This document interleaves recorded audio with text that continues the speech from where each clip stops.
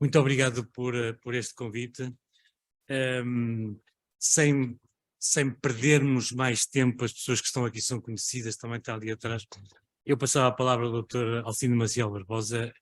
Podia demorar muito tempo a dizer-lhe que era um gosto enorme, tudo isto ele já sabe. Não. É ao contrário.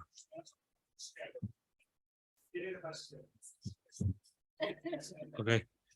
Eu pensei que era pela ordem de... Pronto, então, não é alfabeticamente. Então, já me Tiago. Também é costume. Então eu passava a palavra à Sra. Margarida Filipe. Também gosto muito de estar aqui com ela.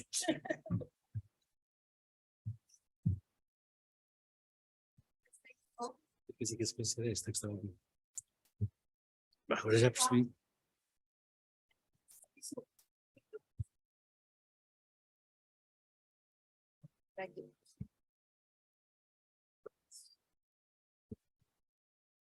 É só passar aqui, não é?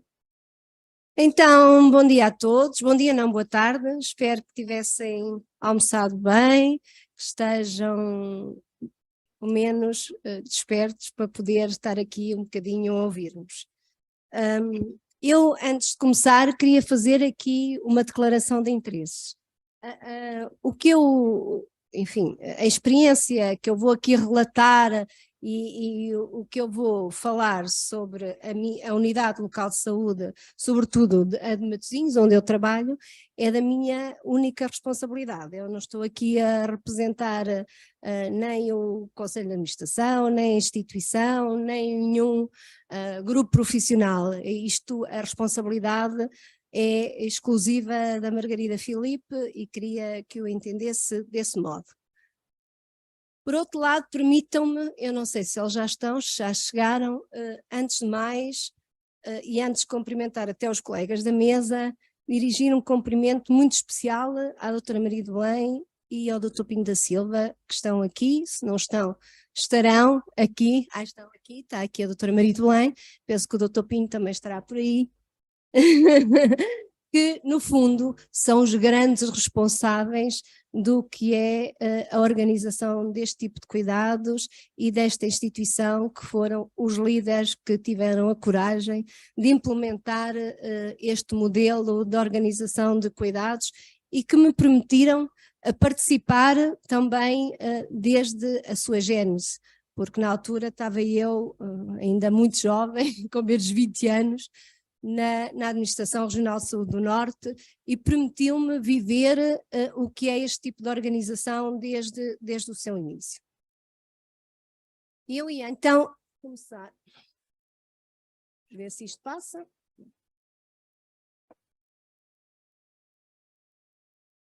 Ok, muito bem.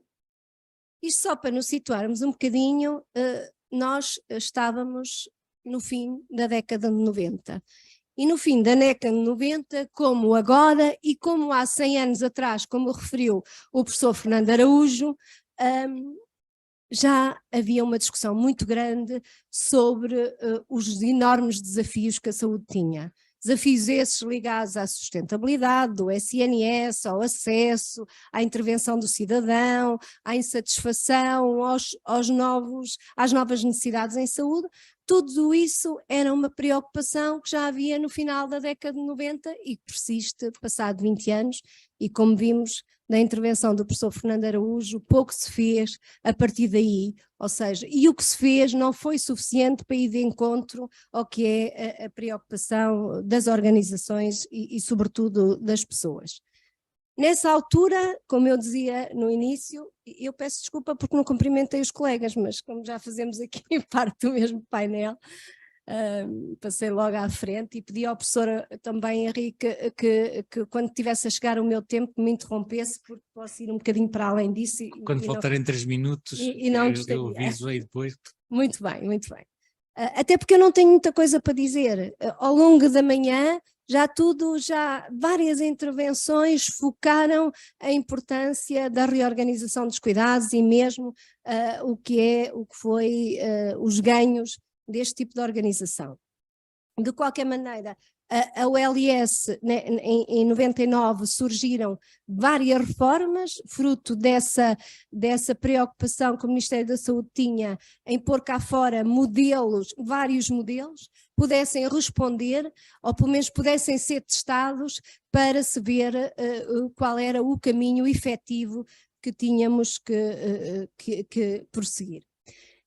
Surgiram os sistemas locais de saúde. O decreto dos sistemas locais de saúde já foram aqui falados hoje, até é anterior às OLS, e surgiu a primeira OLS e também os agrupamentos, enfim, de hospitais EPE, vários modelos com ferramentas de gestão do tipo empresarial, foram vários os modelos que surgiram nessa altura.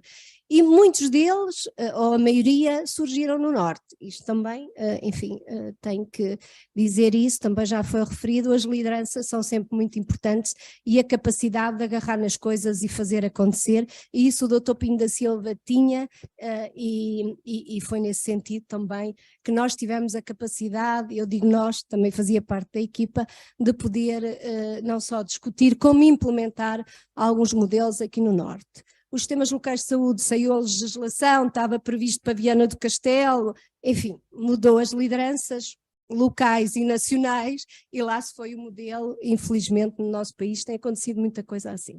A OLS surgiu nessa altura e surgiu como modelo, como sabem muito bem, que é distinto dos sistemas locais de saúde, são modelos distintos, não é a mesma coisa, por isso haver dois. O primeiro não foi testado, este, enfim, deveria ser mais ao longo deste ano, não foi, na minha opinião, como deveria ser, mas surgiu a Unidade Local de Saúde de Matosinhos, neste caso, como um processo de reorganização dos cuidados numa área geográfica própria, mas de alguma maneira integrados, não falando em coordenação de cuidados, mas sim em integração efetiva de cuidados. Tinha um único órgão de governo que tinha e que tem dos dois níveis de cuidados, e foi assim que surgiu em 99 a OLS Matosinhos. Mesmo ao fim de mais de 20 anos, sobre a primeira experiência que houve em Portugal, este modelo de organização de cuidados continua a não reunir consensos, como não reunia na altura. Nós sabemos todos que não reunia consensos, que foi muito difícil, mas houve a coragem, ok, não reúne consenso, mas vamos experimentar, vamos pôr no terreno e depois vamos avaliar. Podemos mesmo dizer que houve algumas alterações ao longo destes 20 anos, mas na minha opinião não beneficiaram de nada este tipo de instituição. Ela foi perdendo autonomia, foi perdendo capacidade de decisão, foi perdendo uma série de ferramentas de gestão que lhe permitiam ser muito mais eficaz e que eram no início, dou exemplo como a contratação dos profissionais, enfim, e que ao longo dos anos foi perdendo essa capacidade.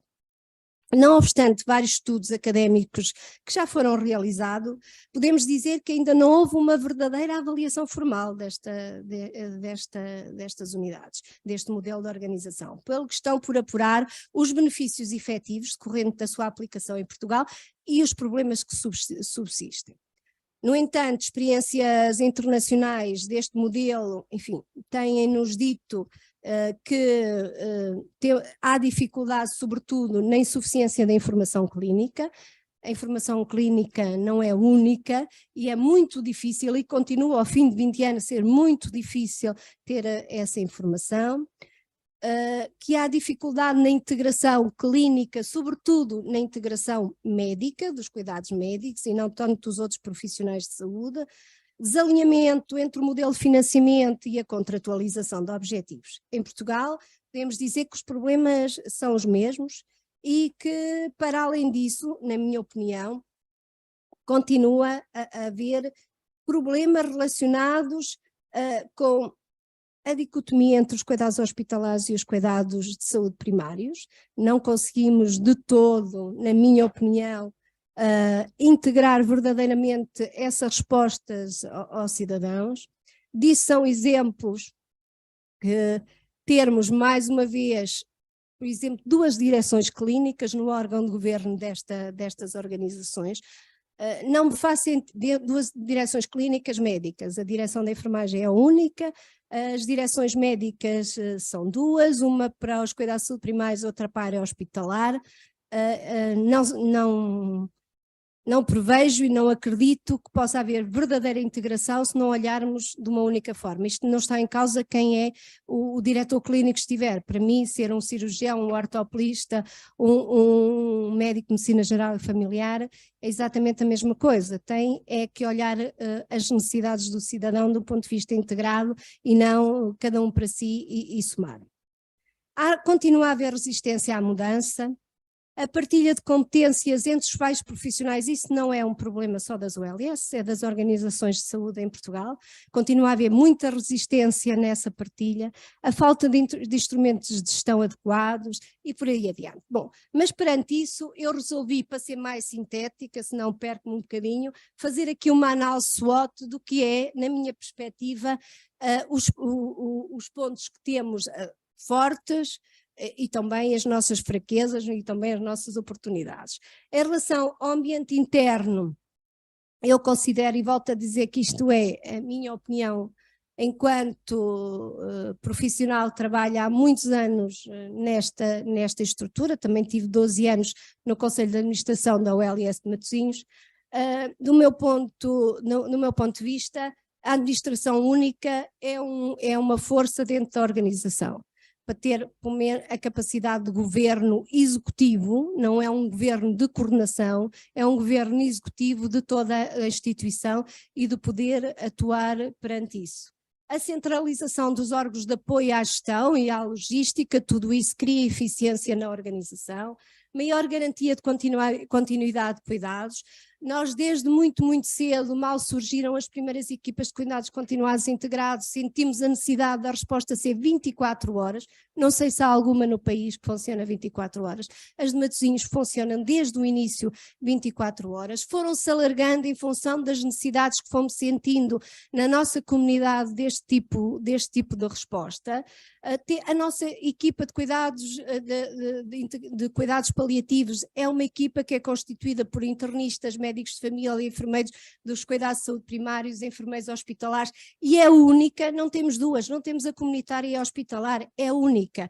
Tem funções dentro da área hospitalar, tem na comunidade e trabalham todos em conjunto. Temos a nossa equipa de suporte ao doente crónico complexo, que foi a primeira a surgir no país. É verdade que há muitas em outros hospitais, mas eu penso que o contexto que ela foi criada foi de verdadeira necessidade daquele cidadão, o que respostas podíamos dar nos cuidados de saúde primários, hospitalares, e tínhamos uma resposta que necessitávamos de uma resposta para além disso, integrámo-la, trabalhamos com a autarquia, por exemplo, os voluntários que trabalham nesta equipa são voluntários que vêm da autarquia e que estão connosco em estreita integração.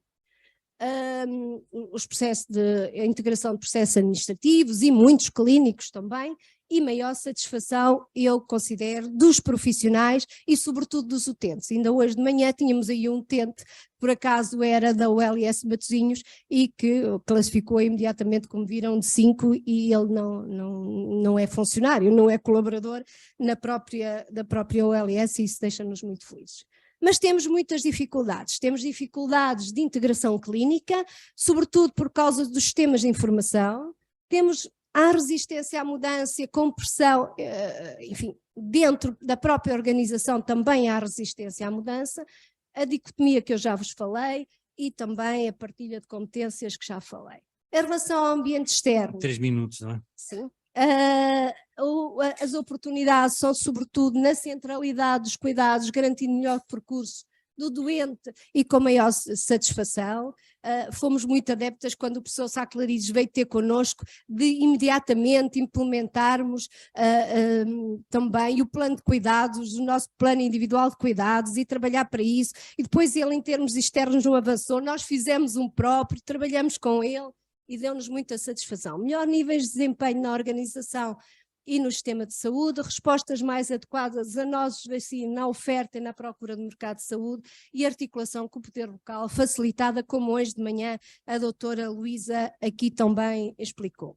Em termos de ameaças, inexistência de uma definição estratégica coesa, eu só pedia aqui mais um minuto se fosse possível, porque eu acho que isto é sobretudo o grande problema que temos na saúde em Portugal e também nestas organizações. As políticas de saúde, para as ULS, enfim, também para as outras, que contrariam, por exemplo, o seu modelo. Vemos o acesso, quando nós somos uma unidade que está vocacionada para aquela população e foi criada para aquela população, saem leis gerais com livre acesso, como é que enquadramos isto dentro das necessidades da população, do diagnóstico local que fazemos com a nossa, até com a autarquia, como trabalhamos em rede e depois temos cidadãos que vêm de todo o lado e podem ir de todo o lado, a falta de autonomia, o financiamento e contratualização desadequada, o financiamento que temos hoje é um financiamento per capita, a nossa contratualização não é uma contratualização integrada, é uma contratualização que é a soma da contratualização dos hospitais com a contratualização do ACES. Isso não é efetivamente ir de encontro às respostas que é preciso para aquela população. Falta de autonomia dos conselhos de administração, a não integração de sistemas de informação, mais uma vez, os modelos de carreiras e remunerações, já de manhã falámos também sobre isso, isto não é apenas para as ULS, como é lógico, mas é uma ameaça, a falta de avaliação centrada na satisfação dos clientes e dos ganhos em saúde e a falta de consenso nesta matéria e, sobretudo, também a influência de muitos lobbies profissionais que têm dificultado o que é, na minha opinião, as grandes mudanças que se impõem no setor da saúde e que são necessárias ser feitas, como dizia hoje de manhã o professor Fernando Luís. Muito obrigada pela vossa atenção. Muito obrigado.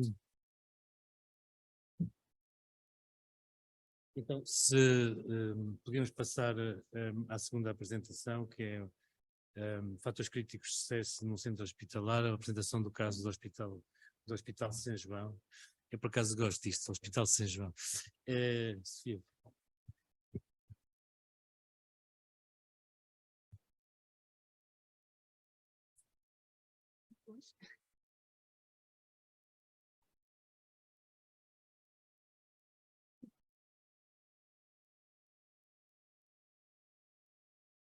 Oi, foi para trás.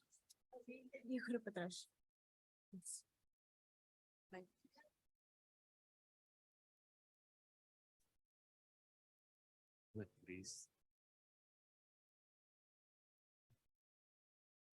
Bom, boa tarde a todos. Em primeiro lugar, gostaria de agradecer o convite que me foi endereçado para estar aqui convosco a partilhar um pouco da experiência do Centro Hospitalar Universitário de São João. Tal como foi referido, assumo inteira responsabilidade da informação que vou partilhar. Também não estou em representação do Conselho de Administração, apesar de fazer parte desse órgão, embora seja com total conhecimento por parte da professora Maria João Batista, que é a nossa presidente, do que é que vou partilhar convosco. Nós somos um organismo vivo, um organismo que tem mais de 6.400 trabalhadores e tudo aquilo que se passa-se pelas pessoas e com as pessoas. Atrevo-me, com já algum receio, a apresentar aqui um indicador, face àquilo que já foi dito hoje, mas os indicadores não podem ser vistos sozinhos, isolados, e como o próprio nome indica, o Dr. Luís Biscay dizia isto muito bem, o que indica, mostra uma tendência, mostra uma orientação. O Hospital de São João, também vou abreviar o nome assim, porque foi assim que nós nascemos com ele, é o Hospital de São João. Conseguiu em 2022, num contexto pós-pandemia, atingir um valor superior a 830 mil consultas. O valor por si não demonstra uma máquina, o valor por si demonstra todo o trabalho de uma organização à procura de maior eficiência e que as pessoas efetivamente, os profissionais se sintam identificados com aquilo que fazem todos os dias, querem fazer mais e melhor, mas há um limite, como é óbvio.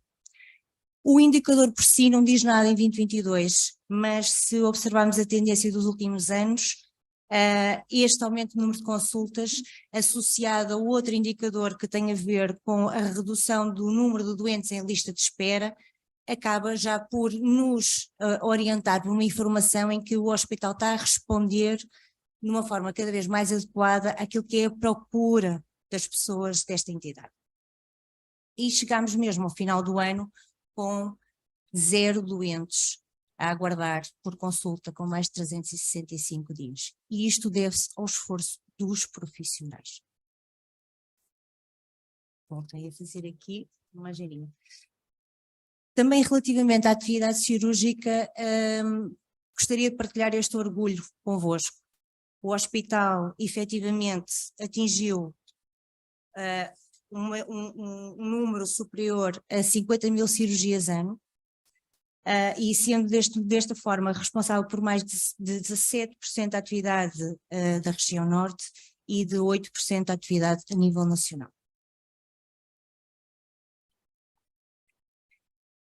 E porque os indicadores sozinhos não falam, nós também devemos procurar dentro dos comparadores e dentro dos grupos de hospitais que tenham as mesmas características perceber como é que o nosso hospital se poderá posicionar. E trouxe-vos aqui, sem querer amassar, em termos da demora média e dos gastos operacionais por doente padrão. E, efetivamente, o Hospital de São João conseguiu, com todo o trabalho, todo o empenho, toda a organização, atingir a melhor demora média do grupo e, efetivamente, o menor gasto, os menores custos por doente padrão do grupo de hospitais com os quais se pode comparar. Isto é informação, mas eu partilhei também com os colegas da mesa. Eu, quando tinha 11 anos, o título do meu livro de história era Conhecer o passado para compreender o presente. Eu na altura não percebia muito bem o que é que isto queria dizer, até pedi à minha mãe para me explicar um bocadinho, e foi uma frase que efetivamente sempre me acompanhou. Até podia nem gostar muito de história, mas percebia a importância da história para percebermos o estado em que nós estamos atualmente. O Hospital São João não apresenta os resultados de hoje fruto de 2, 3 anos, 4 anos, não. É fruto de muitos anos e de muitas iniciativas que foram sendo concretizadas e que na altura, muitas delas até eram contestadas, poderiam não fazer muito sentido para todos, mas se nós agora olharmos retrospectivamente, faz muito, muito sentido.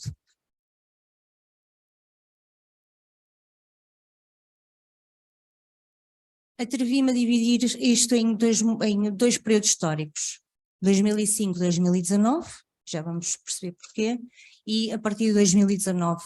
Claro que a linha do tempo é contínua e os fatores perduraram, uns esmoreceram, os outros deixaram de existir, mas todos eles foram altamente relevantes para aquilo que é o desempenho atual do centro hospitalar. Temos o estatuto jurídico, a alteração do estatuto jurídico do hospital em 2005, passou a uma entidade pública empresarial. Na altura estávamos na onda do New Public Management e que todos os instrumentos de gestão que nós poderíamos utilizar e que dariam mais flexibilidade às organizações. Temos a criação, uma alteração que ocorreu na estrutura da organização, que foi a criação das chamadas UAGs, as Unidades Autónomas de Gestão. Estas unidades autónomas de gestão num hospital que era tido como ingovernável, permitiu criar aquilo que nós chamávamos os pequenos conselhos de administração dentro do hospital.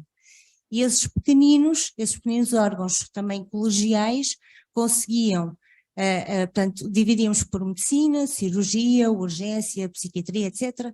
E, portanto, com essa afinidade de processos, conseguíamos tornar a gestão mais próxima daquilo que é a atividade, o core do hospital, a atividade clínica. Em termos de recursos humanos, ocorreu um salto que nós consideramos altamente significativo. Naquela altura era possível contratar, profissionalizar a gestão, era possível contratar administradores hospitalares, contrataram-se também um número de técnicos superiores formados em economia e gestão, e que foram altamente significativos para a mudança de paradigma dentro da instituição.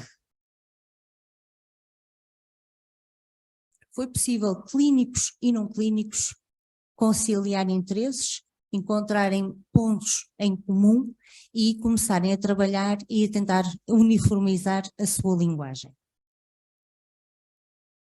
Também nessa altura foi muito interessante porque foi possível ao hospital, e na altura até foi altamente contestado, a contratação de gestores e de engenheiros que existiam no mercado e que eram pessoas altamente qualificadas e que trouxeram muito know-how à própria organização, à própria gestão. Desculpem, vou só beber um bocadinho de água.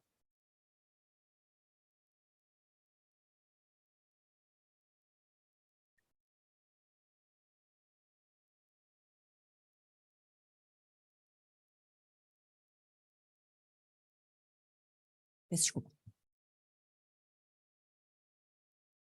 Rapidamente se instalou um caos, porque gestores, administradores, clínicos, diretores de serviço, enfermeiros, técnicos, todos nós queríamos conversar, mas as fontes de informação eram várias, muitas delas estavam hermeticamente fechadas nos serviços. Havia diretores de serviço que só sabiam, eram as únicas pessoas que sabiam dessa informação de produção, e muitas das vezes, quando queríamos contratualizar, uns tinham uns números, outros tinham outros e ninguém se entendia. E isto, na altura com o professor António Ferreira, ele assim, acabou, vamos ter que conversar todos a mesma linguagem. E foi um boom, aquilo que eu chamo um boom na organização. Criou-se o Power BI, em que, num cubo tecnológico, conseguiram, isto de uma forma muito simplista, como é óbvio, conseguiram ir buscar diferentes pontos de dados, fontes de dados, aglutinaram nesse cubo e foi possível articular informação clínica e não clínica, e então, com essa fonte de dados, todos poderíamos olhar para o mesmo e tomar decisões atempadamente, de forma reativa e proativa. Isto foi altamente relevante para a área da contratualização. Contratualização interna, quando isto acontece, ganha outro respeito, outra dimensão dentro da instituição e acaba por ser o instrumento base em que acaba por ser aglutinador do propósito para percebermos todos para que é que estávamos a trabalhar. E não é número de consultas, número de cirurgias, não. Também tínhamos indicadores e temos indicadores de qualidade, portanto todos eles convergem para aquilo que são os projetos dos serviços, para a confluência dos projetos da instituição como um todo. A nível de processos internos, também houve algumas mudanças que foram fraturantes. Na altura houve uma grande contestação interna sobre o chamado internamento único, e vou também simplificar a questão desta forma, portanto, internamento único na área da medicina e da cirurgia, portanto, foi uma primeira revolução na melhor rentabilização das camas hospitalares. Portanto, a história das quintas, esta cama é minha, esta cama é tua, acabou por ser mais diluída entre as especialidades, e foi também a época em que ocorreu as células precursoras da gestão de altas, e, portanto, com uma forte articulação com o exterior e com uma equipa de admissões também multidisciplinar e com um empenho diário e muito, muito acentuado por parte da enfermagem e uma grande articulação com a componente clínica, e, portanto, esta preocupação em todo o processo, desde a admissão à gestão das camas à gestão das altas, permitiu uma eficiência bastante significativa. Depois também vos trago aqui duas células precursoras que foram a urgência pediátrica, portanto metropolitana, que foi uma cultura, um início de uma cultura na região altamente relevante e que esperemos que seja inspiradora para próximas ações e portanto, integrações e articulações, são conceitos distintos, como sabemos. E também a equipa dedicada no serviço de urgência, que lá está, como eu estava a dizer há pouco, foi algo que começou cheio de força, foi morrendo ao longo do tempo, A dificuldade de contratação de médicos para o serviço de urgência é um assunto que está na ordem do dia novamente e portanto, teve resultados, existem evidências sobre o modelo, portanto, é algo que o Centro Hospitalar gostaria de continuar a investir e continuar a apostar.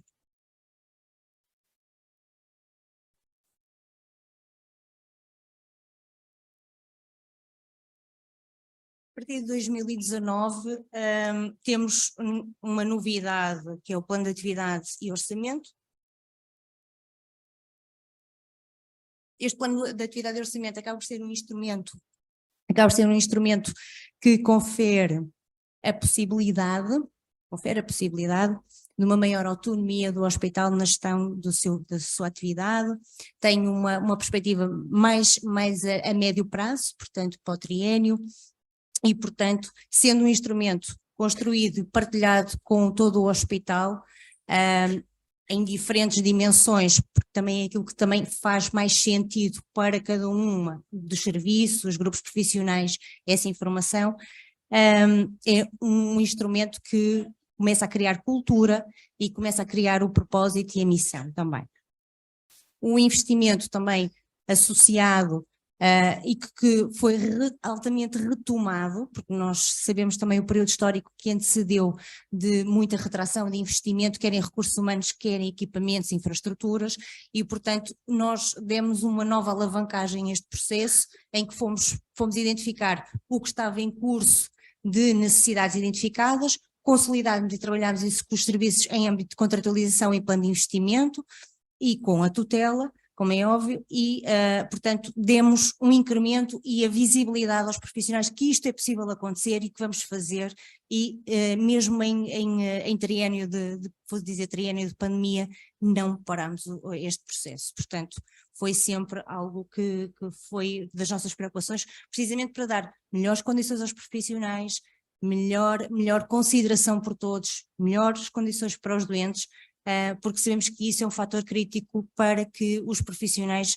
continuem a apostar e a acreditar no Serviço Nacional de Saúde.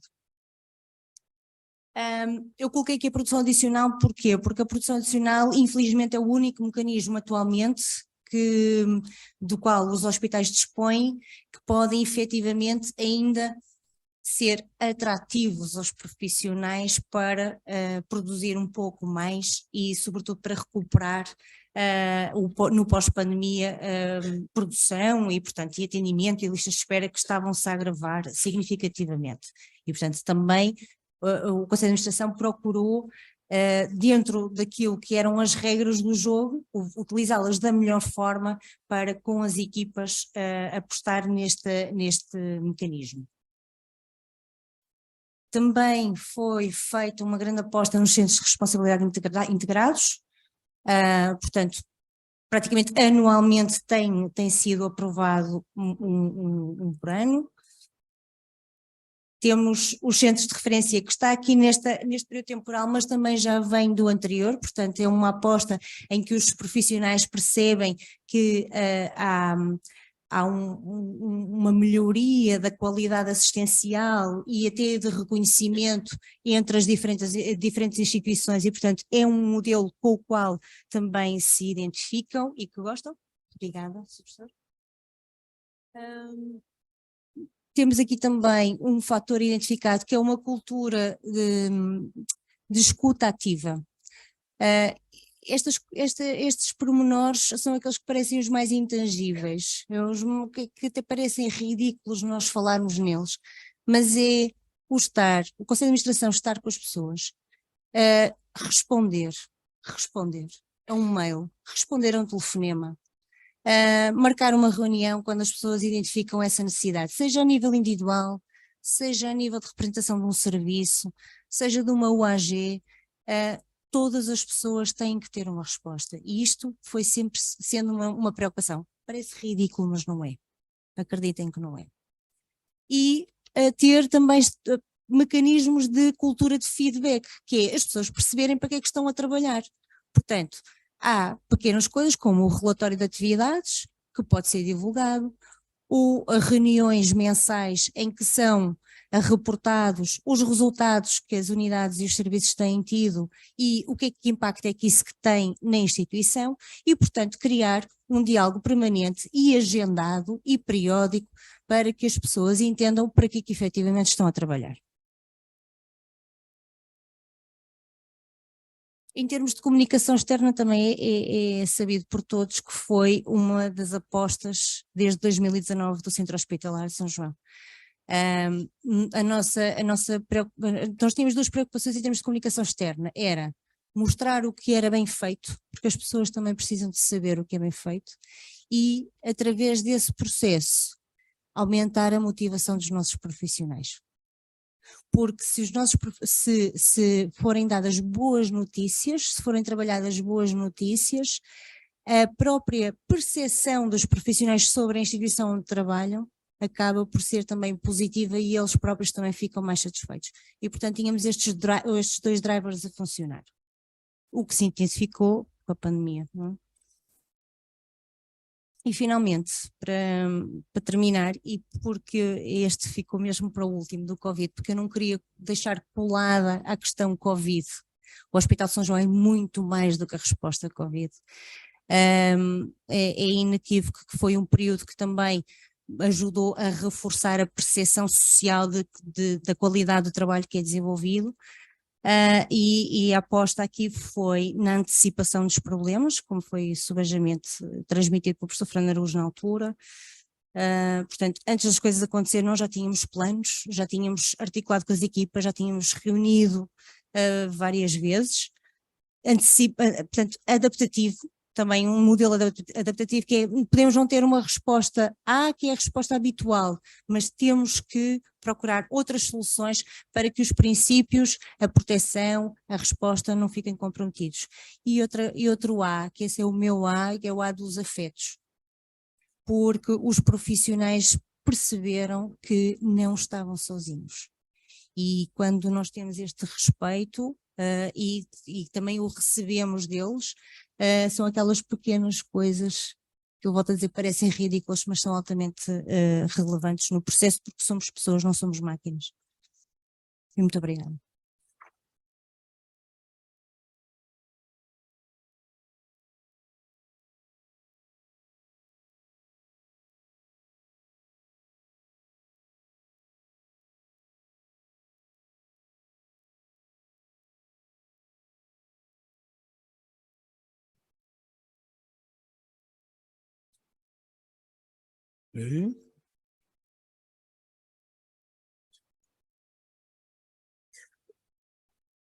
Ok. Então, boa tarde, obrigado por esta oportunidade. O que eu gostava mesmo de fazer era o que fez o professor Sobrinho Simões de manhã, mas como não tenho essa capacidade, vou mesmo ler o que preparei. Estes são os temas que vou abordar. E então começo pelo direito ao desafio. Com recurso a este mecanismo, entre setembro de 2019 e março de 2020, desenvolveu-se na região norte o projeto Reinventar os Agrupamentos de Centros de Saúde, Autonomia em Proximidade. As suas finalidades foram as seguintes: transformar a ARS num órgão de planeamento, coordenação estratégica e fornecedor de serviços, dotar 2 agrupamentos de autonomia gestionária, enquanto poder reconhecido para tomar decisões em proximidade, criar condições de dedicação plena dos conselhos clínicos e de saúde como promotor de cultura de governação clínica e de saúde e desenvolver modelos colaborativos inovadores, a chamada criação da rede das redes, rede da saúde e rede social, como resposta às realidades sociais, demográficas e de saúde das populações. Com a duração prevista de 1 ano, este projeto durou 6 meses. Foi interrompido devido à pandemia da Covid-19. Teve limitações e ficou aquém dos resultados esperados. Foi, no entanto, uma oportunidade com pontos fortes e marcas positivas que perduram, quer na concepção, quer em ações concretas. Alguns dos seus pontos fortes foram liderança e envolvimento de dirigentes e profissionais, levantamento de problemas e propostas de solução, visando reorganizar serviços centrais em serviços partilhados, elaboração de acordos de tipos e níveis de serviços, foi assinado o contrato de autonomia com os 2 agrupamentos, foi criado um plano de governação clínica e de saúde e disseminado aos 24 ACES. E foi ainda realizado pela primeira vez um estudo de satisfação dos profissionais da ARS Norte. Algumas das consequências diretas ou indiretas foram identificadas a delegação de competências para um maior poder de decisão dos agrupamentos, foi elaborada uma proposta de condições para a dedicação plena dos conselhos clínicos, nem uma nem outra concretizadas, foi elaborado um mapeamento para simplificação a nível da gestão dos recursos humanos, melhorou o atendimento telefónico em toda a região, já posteriormente a este projeto e durante a própria pandemia, melhorou a logística na região entre a ARS, os ACES e as unidades funcionais. Então, qual é a atualidade deste desafio, deste direito ao desafio? É que, de acordo com esta experiência e do projeto RIA, falhado o modelo de autonomia para os agrupamentos pensado e legislado há 15 anos, em 2008, é tempo de haver poder de decisão efetivo na proximidade das pessoas, com suporte financeiro. E isso implica autonomia financeira, apoiada por serviços técnicos e por um órgão regional de planeamento, coordenação e inovação estratégicas. Passando do direito ao desafio para uma iniciativa chamada SNS Mais Proximidade, apresento aqui o título de um livro publicado por Sofia Leal e Adriana Taveira, que tem este título, SNS, o tempo de um renascimento, onde se fundamenta e descreve o que aconteceu no ACES Barcelos Esposende em parceria com o Hospital Santa Maria Maior e que tem como subtítulo Contributos para a integração de cuidados de saúde primários e hospitalares. Esse projeto fez parte, como disse, da iniciativa SNS Mais Proximidade, de acordo com a ACSS, uma rede de inovação constituída por projetos que visavam contribuir para a modernização do SNS através de integração de cuidados, colocando o utente no centro do sistema e respondendo às suas necessidades ao longo do percurso de vida. Depois de identificados, estes projetos seriam estimulados e apoiados. Essa iniciativa resultou da integração do Plano Nacional de Educação para a Saúde, Literacia e Autocuidados e do Programa para a Gestão Integrada da Doença Crónica, que se efetivou através de um projeto piloto na região norte e posteriormente alargado ao país. Terminou no fim de 2018 com uma mudança governativa. Deixou algumas raízes e alguns frutos, a par de muita desilusão. Durou cerca de 2 anos, entre 17 e 18, e da referida iniciativa fazia parte uma biblioteca online, que continua a existir, embora sem desenvolvimento e sem o devido aproveitamento. Estimando-se que a prevalência da morbilidade múltipla em Portugal é de 38% e que 61% da população apresenta um nível de literacia geral em saúde problemático ou inadequado, como se explica o fim do SNS Mais Proximidade?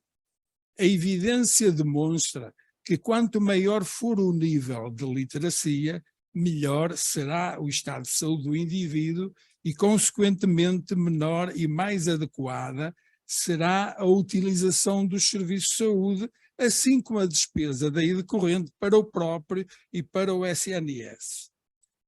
Tendo deixado de ter investimento e de haver vontade política para manter o SNS mais proximidade, qual é hoje a sua atualidade?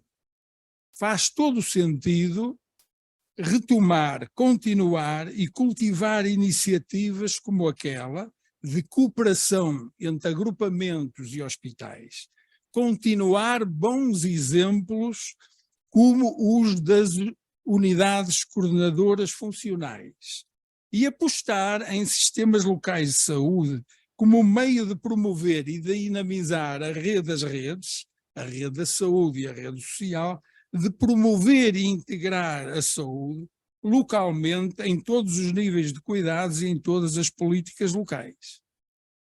Até porque as unidades locais de saúde não alcançaram a sua anunciada finalidade principal, a integração de cuidados de saúde, no sentido de colaboração, cooperação e construção mútua de soluções novas centradas nas pessoas, nos seus percursos e nas suas necessidades de saúde.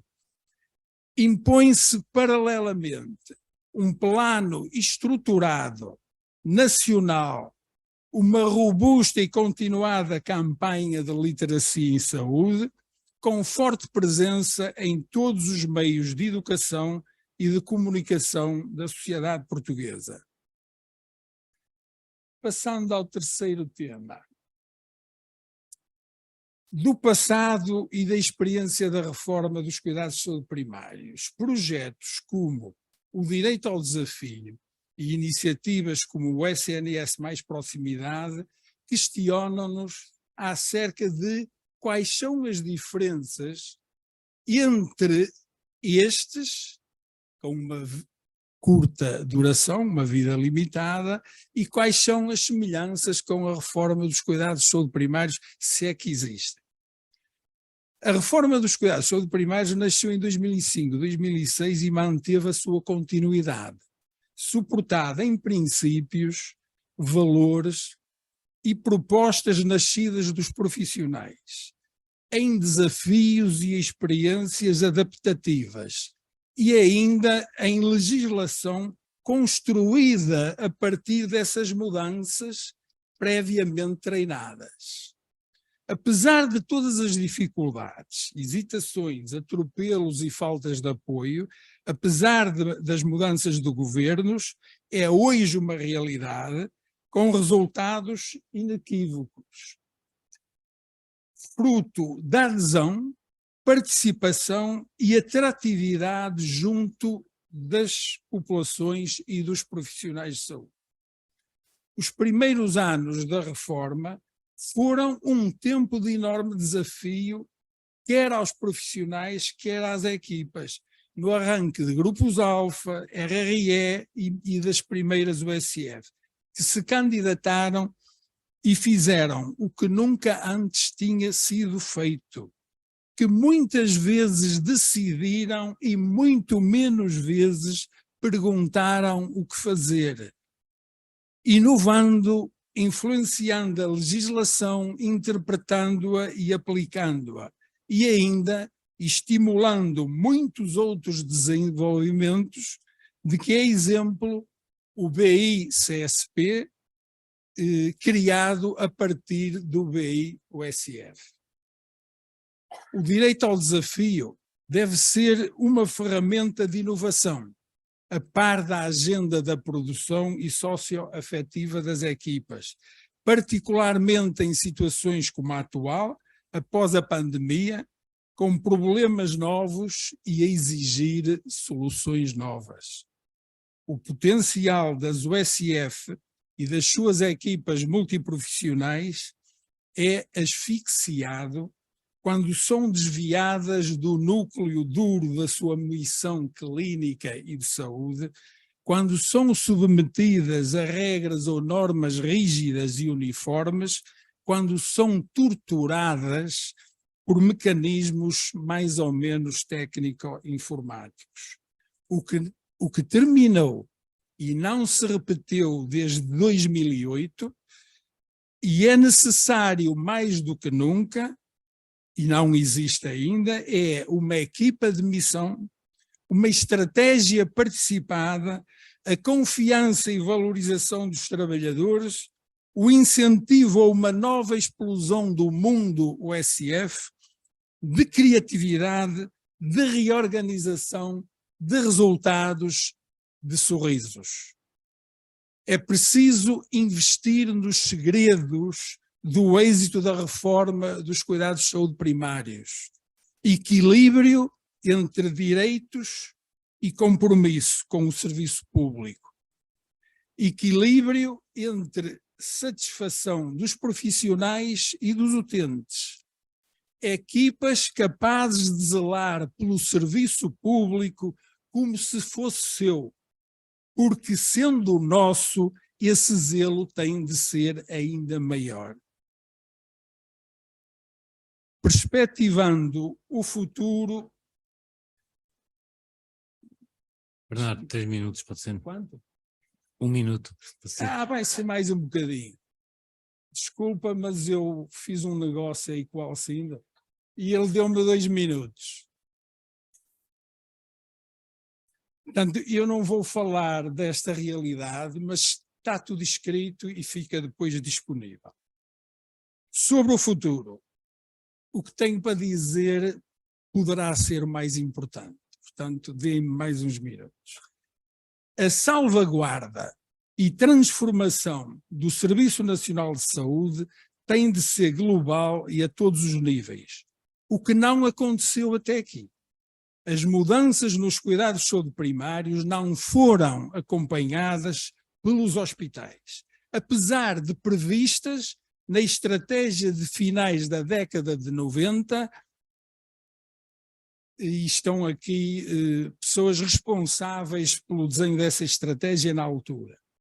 A prioridade global hoje tem de ser a aposta nos trabalhadores do Serviço Nacional de Saúde e a institucionalização de um grupo de profissionais de saúde exclusivamente dedicados ao serviço público, devidamente valorizados do ponto de vista de carreira e de progressão na mesma, de remuneração base digna e ao nível da sua diferenciação, e ainda de condições motivacionais e melhor ambiente de trabalho. Há um reconhecimento geral, oficial, nas organizações e na sociedade, de que há nos cuidados de saúde primários um modelo organizacional de saúde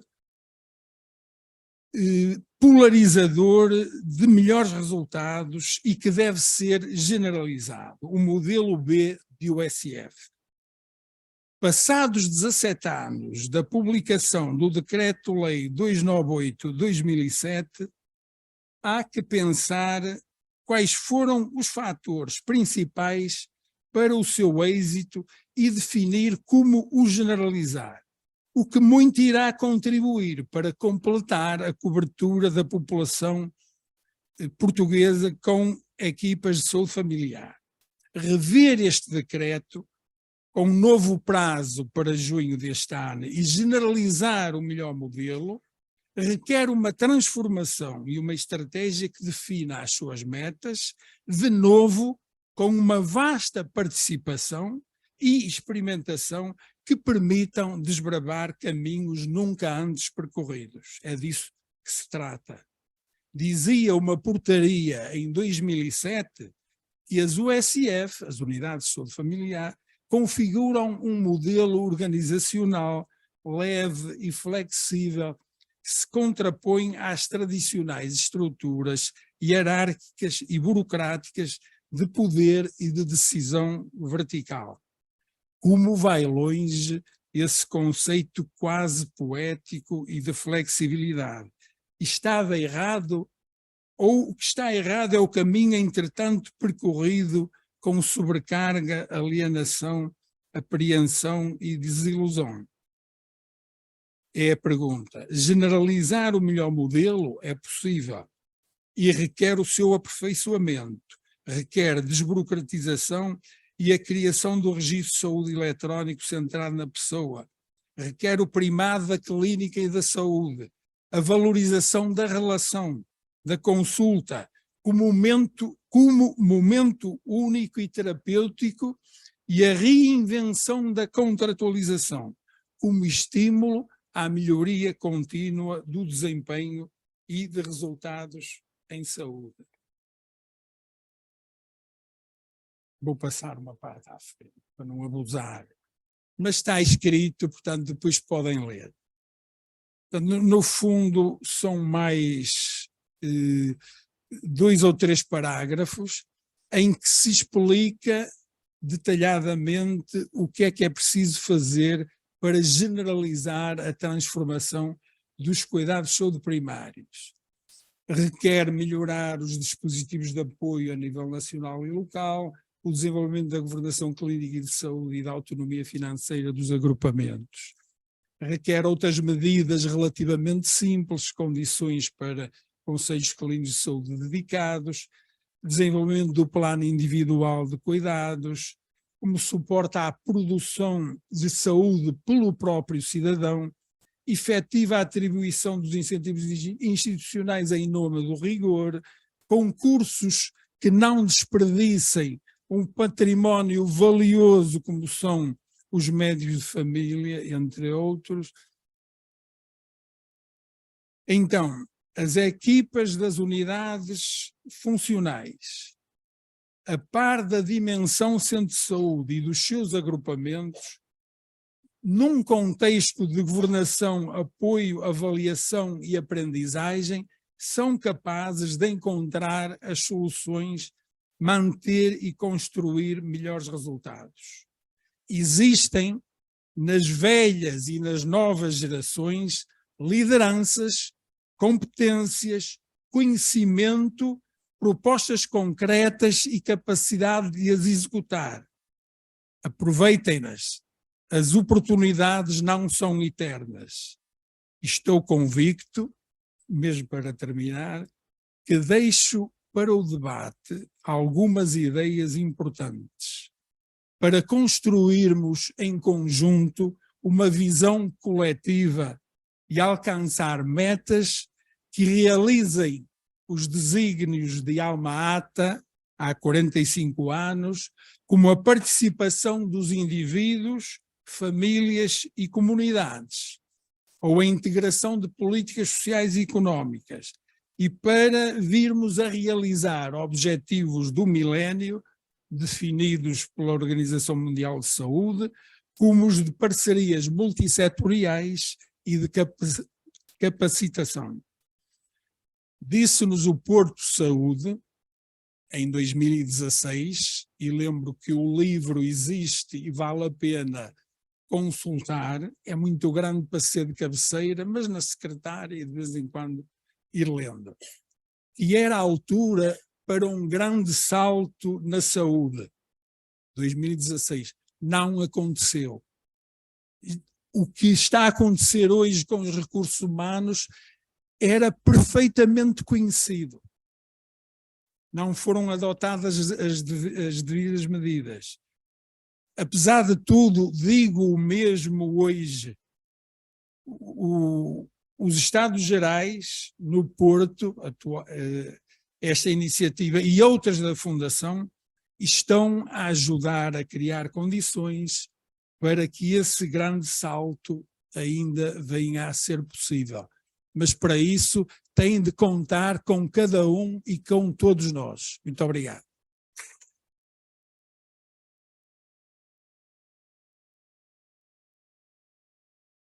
Ok, então passávamos a palavra ao Dr. Maciel Barbosa. Ele vai falar sobre planeamento estratégico. Eu pensei que era por aí que começávamos, mas também acabamos não.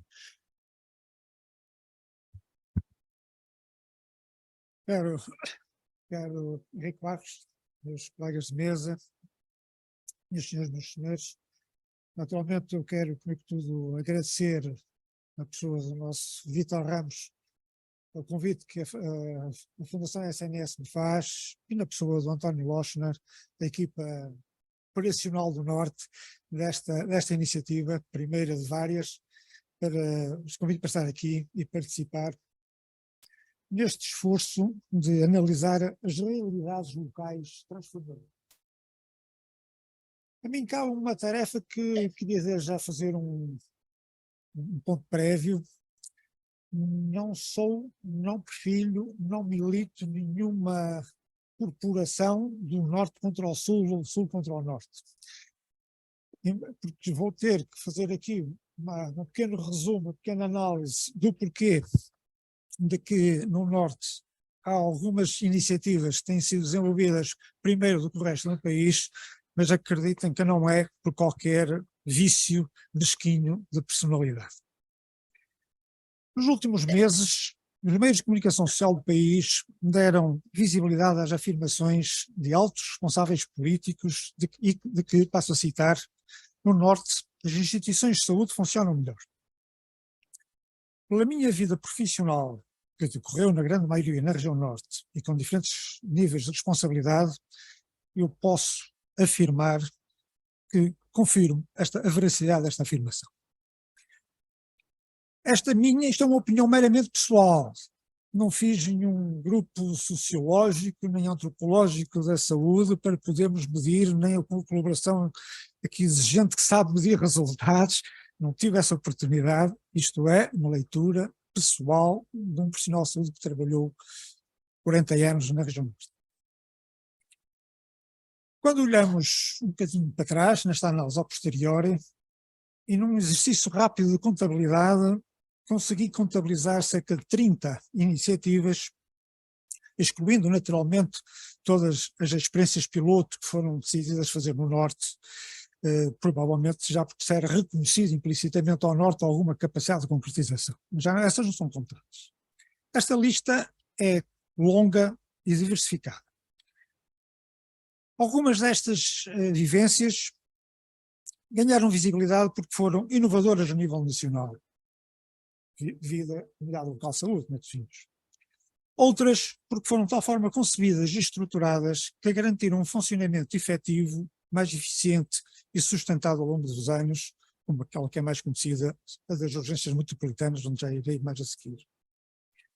Neste esforço de análise a posteriori, para tentar perceber a razão de haver no Norte esta listagem razoável de iniciativas que foram desenvolvidas mais rapidamente no resto do Sul, eu diria que estas iniciativas a que eu me refiro, de facto, têm ou proporcionaram mais ganhos em saúde às populações e proporcionaram mais satisfação aos profissionais sem gastar mais dinheiro ao erário público. Aliás, já vimos, no caso do Hospital São João, como temos índices de custo de doente padrão, lista de espera, etc., superiores, ou melhores, à média do país e que se comparam internacionalmente muito bem. Com princípios estratégicos que podem explicar estas experiências, eu diria que a primeira prende-se com o processo de o Norte está relativamente afastado do poder central. E isto acaba por proteger a região de um certo enviesamento estratégico, já que não facilita que haja instituições, serviços, profissionais que tentam salvaguardar interesses individuais, dirigindo-se diretamente aos decisores governativos para obter decisões que os favoreçam. O Norte, a distância ao órgão de decisão central, acaba por estimular uma rotina de trabalho mais articulado, integrado e complementar, o que realça a necessidade de uma autonomia e descentralização do processo de decisão, aliadas a cartas de compromisso estratégico que promovam a adequada gestão em rede na região. Um segundo aspecto é que na região Norte, na Administração Regional do Norte, tem havido uma maior consistência estratégica na consecução das políticas de saúde ao longo do tempo. No meu entender, isto está associado ao facto da grande maioria das equipas da Administração Regional Sul do Norte ter cumprido integralmente os seus mandatos, porque as estratégias alicerçadas em valores, os objetivos de funcionamento e de organização dos serviços de saúde têm tido uma suficiente estabilidade com continuidade de procedimentos ao longo da sua existência, desde a criação das ARS em 1993 até ao presente. Aqui eu não posso deixar de fazer aqui um comentário. É que se com o primeiro presidente, o Dr. Ramalho, ele já cultivava esta cultura de planeamento, com o segundo presidente da ARS Norte, o Dr. Pinho da Silva, isto levou um empurrão que estruturou a cultura de trabalhar dentro da casa, e não foi por acaso que a ARS Norte foi a primeira a ter um serviço de planeamento em saúde para dar apoio a todas as estruturas da região. Tal vivência proporciona também, naturalmente e relacionadamente, um melhor conhecimento dos problemas de saúde.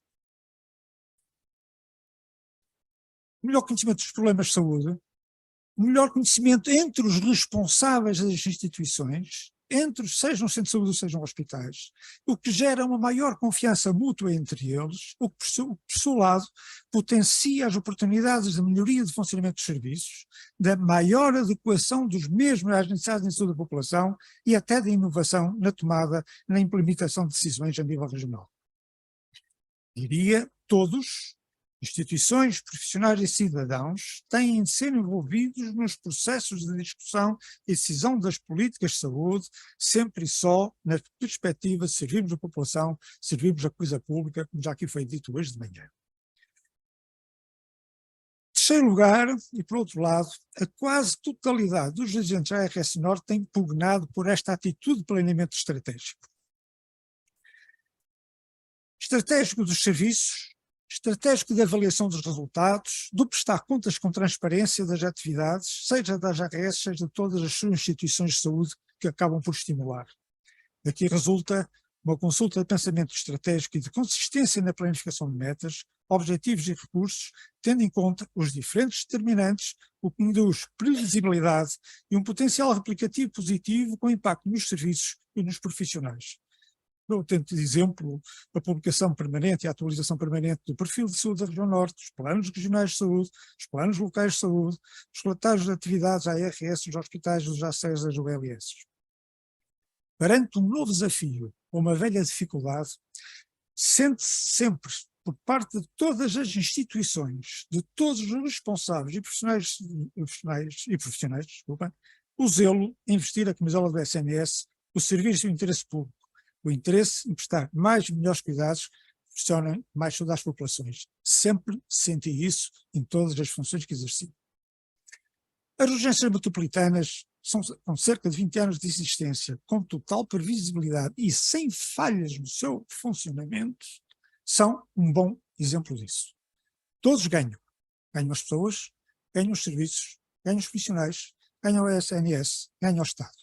Esta cultura de servir a coisa pública se sente bem no Norte, reforça a necessidade de esgotar as redes de complementaridade e articulação do SNS, sentando em torno da mesma mesa todos os agentes, que faz com que as soluções apareçam. Como que, em quinto lugar, eu diria que as decisões estratégicas de política de saúde definidas a nível nacional têm sido incrementadas e postas em funcionamento com empenho e na sua totalidade. Quando há uma decisão, cumpre-se, leva-se até ao terreno, todas elas. Relembro o que se passou com os pontos de rede de urgência, a organização dos locais de parto de maternidade, as vias verdes do AVC e coronários, os rastreios oncológicos, procriação medicamente assistida, a reforma dos cuidados primários, a rede de cuidados continuados integrados ou a reorganização hospitalar. Esta prática estimula o exemplo, o zelo, a complementaridade entre profissionais de instituições e a própria sentido de responsabilidade social. Tem havido ainda, ao longo do tempo, por todas estas equipas, o cuidado de estabelecer pontos com as universidades, institutos politécnicos, autarquias, a CCDRE no setor social e privado. A saúde de uma população não se consegue só com médicos, apesar de ainda haver alguns que entendem que sim, nem só com os recursos do Ministério da Saúde. Esta boa prática tem fomentado o sentido responsável na obtenção de melhores resultados. Por último, e para poupar o tempo que tive que dar ali ao Bernardo, tem havido um esforço de assegurar aos profissionais melhores e mais atuais ferramentas de trabalho, nomeadamente na digitalização e modernização da rede de interação, como foi a informatização dos cuidados primários, que ficou concluída para todos os médicos e enfermeiros com meses de antecedência face ao restante país, a informatização dos hospitais e a facilitada comunicação entre profissionais de cuidados primários e hospitais, com óbvios ganhos, óbvios ganhos para os doentes, o processo desenvolvido pelos hospitais em se agregarem para a compra de medicamentos e demais consumíveis, gerando enormes poupanças de milhões, que permitiram reforçar os seus orçamentos sem receber mais verbas das finanças, ou a experiência vivenciada com a Escola de Gestão do Porto, no estudo, concentração, informatização e gestão profissional dos armazéns que abastecem os centros de saúde, ou ainda a substituição de cerca de 600 centrais telefónicas antigas por uma única computadorizada, permitiu que as chamadas entre os 8.000 profissionais dos cuidados primários da RS Norte passassem a ser gratuitas, passassem a ter acesso ao correio eletrónico para todos os profissionais, o que induziu incomparável a rapidez de desburocratização dos contactos, melhoria no funcionamento dos serviços e reforço da autoestima dos profissionais. Em modo de conclusão, diria, e se me é permitido tirar conclusões, urge desenvolver e manter atualizado um produto de formação que garanta a atualização académica em governação em saúde para os diferentes níveis de decisão, seja de uma OSF, de um serviço hospitalar, seja a nível regional ou nacional, para todas as regiões em simultâneo, que abranja todas as diferentes intervenções em saúde, a promoção da saúde, a reabilitação e a reinserção social, que integre o doente, o cidadão, que saiba valorizar e ter em conta todos os determinantes associados aos problemas de saúde. Vimos em 2 de manhã as necessidades de saber adaptar ao contexto, com flexibilidade e determinação. Bem dito. Muito obrigado.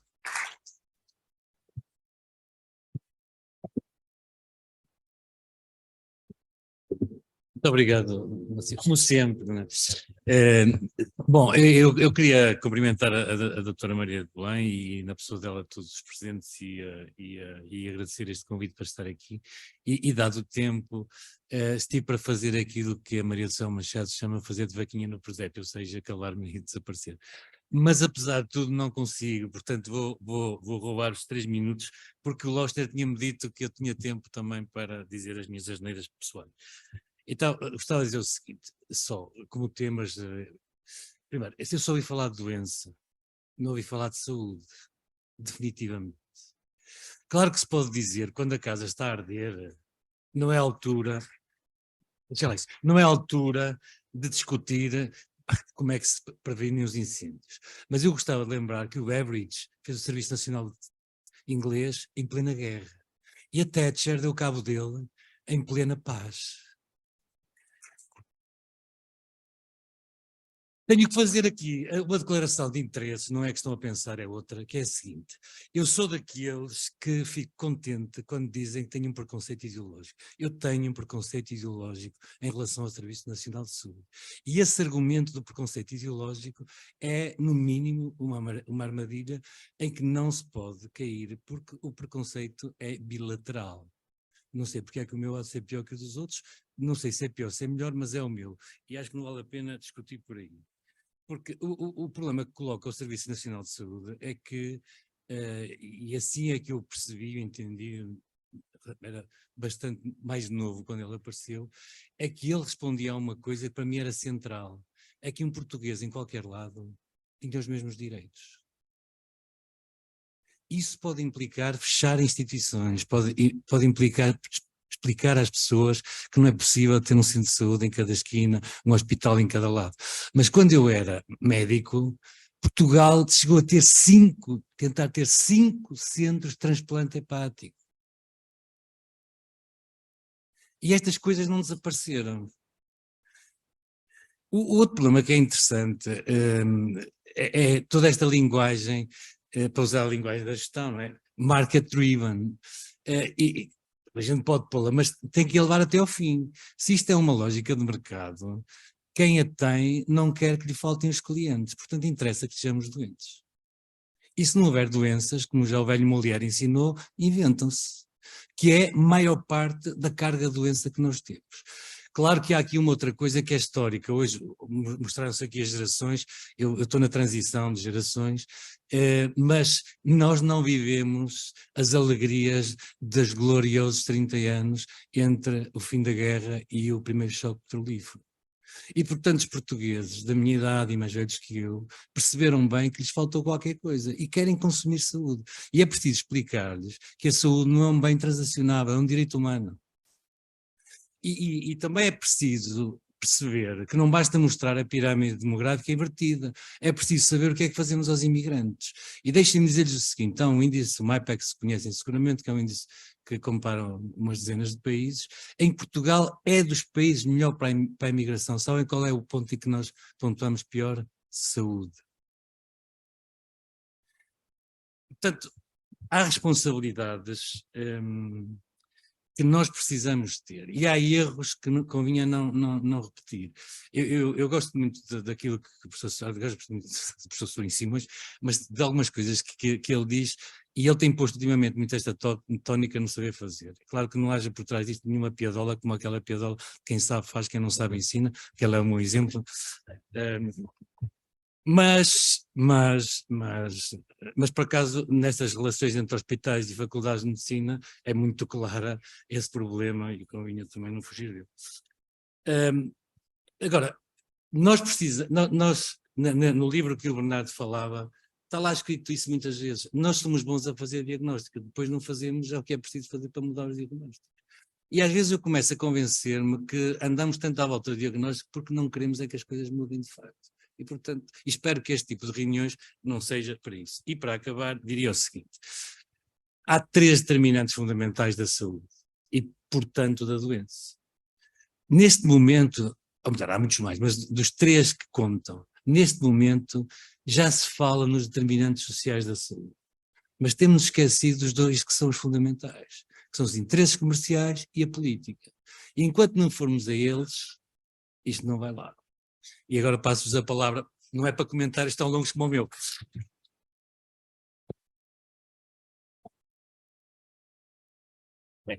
Idealmente era para perguntas mesmo, mas se tiverem que desabafar, olha, eu também desabafei. Sim, sim. Enquanto a Ana deixar, porque eu... Mas ainda temos 10 minutos, não é? Ora, muito boa tarde, o meu nome é Joana Bordal Issá, eu sou médico oncologista no PO do Porto e represento neste momento a Federação Nacional dos Médicos e não podia ter aqui uma pequenina, curta intervenção e uma pergunta. É de saudar este tipo de iniciativas e estarmos aqui todos reunidos. Acredito que a maior parte do painel que aqui esteja ainda acredita no Serviço Nacional de Saúde e não o quer ver como um Sistema Nacional de Saúde, como certamente muitos atores em Portugal estão a trabalhar para isso. Seguramente não seremos a maioria dos que aqui estamos. E a pergunta que eu tinha era mesmo para a doutora Sofia, que nos apresentou números de consulta, números de cirurgia, apresentou-nos a questão das listas de espera, a questão dos custos, mas eu gostava de lhe perguntar mesmo em termos de qualidade dos serviços, porque não nos interessa só os números, não é?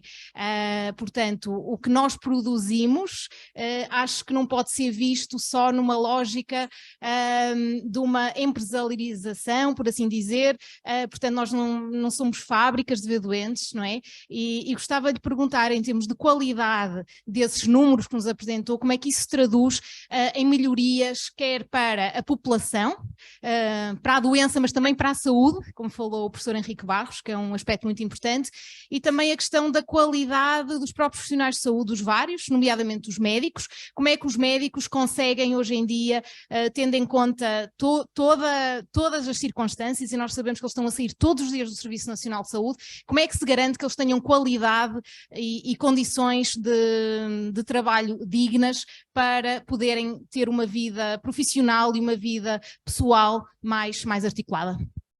Se concordassem, fazíamos as perguntas e depois para tentar preparar um tempo e dar mais espaço.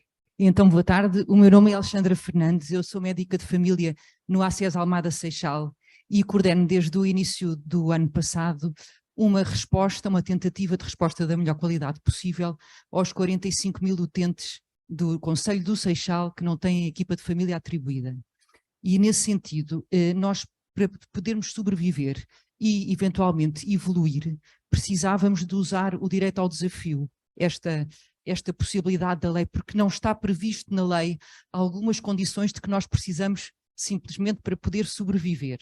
E vinha perguntar ao Dr. Bernardo o seguinte: quem é que redigiu a candidatura? Portanto, essa candidatura que a ARS Norte fez, foi a própria ARS Norte que a redigiu, nomeadamente gestores ou pessoas com experiência, ou foram as próprias equipas clínicas no terreno? E, por outro lado, quanto tempo demorou a ser aprovado? Porque, do nosso ponto de vista, os meses contam o tempo que demora. Obrigada. Obrigado.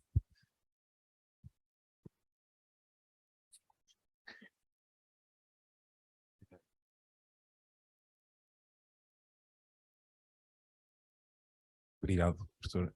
João Paulo Magalhães, eu sou médico de saúde pública e também vogal da direção da Associação Nacional dos Médicos de Saúde Pública.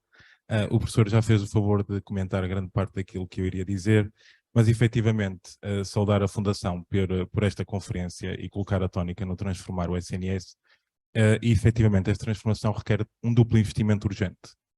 Responder às necessidades atuais da população e reduzir as necessidades futuras. E a questão da tónica nos segmentos comerciais e políticos é muito importante, mas este é um ponto importante que requer, por um lado, integrações e cooperações clínicas e institucionais e, por outro, ganhos populacionais e abordagens populacionais de saúde. E neste ponto só queria tocar em dois princípios essenciais. Um tem a ver com o alinhamento, outro tem a ver com a cooperação. E em termos de alinhamento, há uma necessidade muito importante para garantirmos que há esta governação de saúde alinhada depois que a governação clínica e comunitária se alinha com ela. E é algo que potencialmente nós temos falhado na nossa organização de serviços de saúde. E quando nós pensamos nos modelos que agora estão a ser apresentados como a unidade local de saúde, em termos de modelos futuros, não podemos cometer os erros do passado. Portanto, do ponto de vista como eles estão desenhados, os poucos estudos que existem não demonstram vantagens em termos desta integração, nem de ganhos em saúde para a população. E, portanto, esse é um ponto importante em como um modelo mais equitativo da representação dos vários níveis de cuidados poderá ser aqui importante e acautelar nesse formato a forma como se faz o alinhamento. E utilizar a partir daí todos os instrumentos disponíveis, sejam os financeiros, como a contratualização, sejam os instrumentos de planeamento, como o Dr. Marcelo falou, por exemplo, o Plano Local de Saúde, que é a base populacional, e depois todos os planos estratégicos de base institucional, que são construídos em cada instituição e entidade e organização. E, por fim, eles têm que ser, sobretudo, flexíveis. Portanto, não podemos olhar o país todo da mesma maneira, nomeadamente as áreas metropolitanas. E, portanto, num vértice entre a organização político-administrativa, a organização de serviços de saúde e a caracterização geodemográfica da população, é importante ter esta flexibilidade. E, por fim, a questão da integração setor de saúde e setor social. O nosso país tem uma carga, tem um índice de envelhecimento muito elevado, como todos sabem. Somos ainda já alguns países a nível, por exemplo, da União Europeia, que já integraram a prestação de cuidados no mesmo local, e não falo só aqui em termos de ERPs e outrem, mas também através de apoios domiciliários. E, portanto, há aqui estas três questões importantes e chamar a atenção para a questão realmente da integração das governações de saúde clínicas e comunitárias, que tem que passar por aqui de alguma maneira os princípios a aplicar nos próximos modelos organizacionais. Obrigado.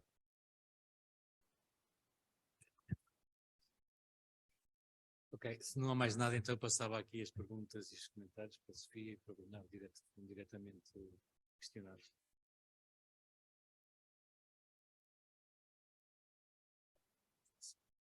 Obrigada, doutora Joana, pelas questões, não é uma única questão.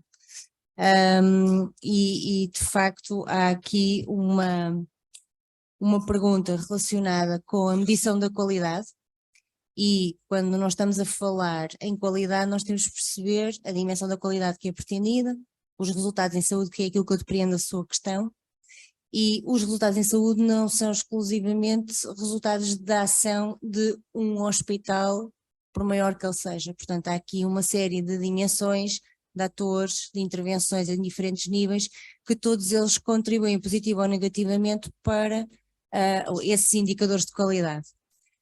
Nós temos indicadores de qualidade da atividade da produção do hospital, que também estão em âmbito de contratualização. Muitas das vezes o primeiro indicador que se fala é de produção ou de produtividade, ou de custos, conforme estávamos a falar há pouco, mas existem indicadores de qualidade que podem ser mais ou menos associados aos centros de referência, à própria contratualização e, portanto, até interferir em termos de financiamento do hospital. Portanto, esses indicadores existem, portanto, e que estão no contrato de programa, portanto, também são discutidos, também são trabalhados. Podemos falar da intervenção em 48 horas numa fratura de colo de fémur, e, portanto, são indicadores indiretos que nos levam a esses níveis de qualidade que são pretendidos. O mais relevante que eu partilho consigo é a preocupação dos ganhos em saúde e, portanto, isso eu até atrever-me a apostar que o Dr. Pizarro vai abordar essa questão, dada a informação muito recente da Organização Mundial de Saúde, dos resultados em saúde que Portugal apresentou, não é? E que em comparação com o resto do mundo é bastante relevante.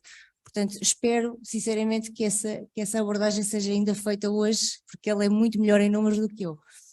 Em relação aos profissionais de saúde, até o texto que eu deixo partilhado com a Fundação termina dizendo: com os olhos postos no futuro, temos presente que o maior desafio consistirá na adoção de estratégias que nos levem a níveis de satisfação dos nossos profissionais, que os consigam motivar e manter em identidade com a nossa instituição e com o SNS.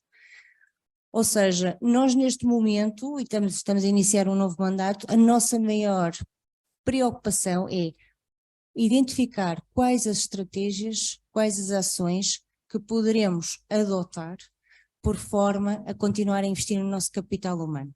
E quando dizer capital humano, são as pessoas, os profissionais, porque estamos muito preocupados, e quando eu digo é mesmo verdade, nós estamos muito preocupados com aquilo que é dito de uma forma muito triste, que é a sangria dos profissionais de saúde, dos nossos melhores profissionais para o setor privado e para o estrangeiro. E, portanto, nós já temos estado à procura de melhorar as condições de trabalho, condições físicas, acústica, luz, lá está, melhores condições para que as pessoas não se sintam tão mal a trabalhar no SNS. Tentamos estar com elas e escutar os problemas delas e encontrar com elas soluções, dizer-lhes frontalmente quando não conseguimos encontrar soluções, porque essa verdade também é merecida. Quando nós dizemos assim, porque eu já pedi um equipamento há 1 ano e meio. Pois é, mas é que esse equipamento, está aqui uma pessoa na sala que conhece muito bem este processo, substituição do mamógrafo. Ainda a semana passada recebemos a resposta da Direção-Geral do Orçamento a dizer: não, agora já mudou o ano económico, vão ter que refazer o pedido desde o início. Estamos mais à espera disto. E, portanto, explicar isto às pessoas e perceber. Desculpe. Portanto, é um pouco esta dinâmica, esta verdade e esta partilha constante. Mas estamos à procura de formas, precisamente, que as pessoas se sintam melhor. Mas também não sabemos bem quais. Por vezes. Obrigada. Ok, obrigado, senhor. Desculpem-me. Eu também roubei 2 ou 3 minutos, ou 4, a gente sempre que fala pouco. Então, se concordasse, depois o Bernardo falava consigo e responderia isso tudo, e nós parávamos por aqui. E deixamos muitas coisas, muitas pontas, como é costume, mas vai haver mais sessões destas em outros locais. Se pelo menos o local não for muito atraente, que são todos, a discussão seria. Muito obrigado por terem estado aqui connosco. Até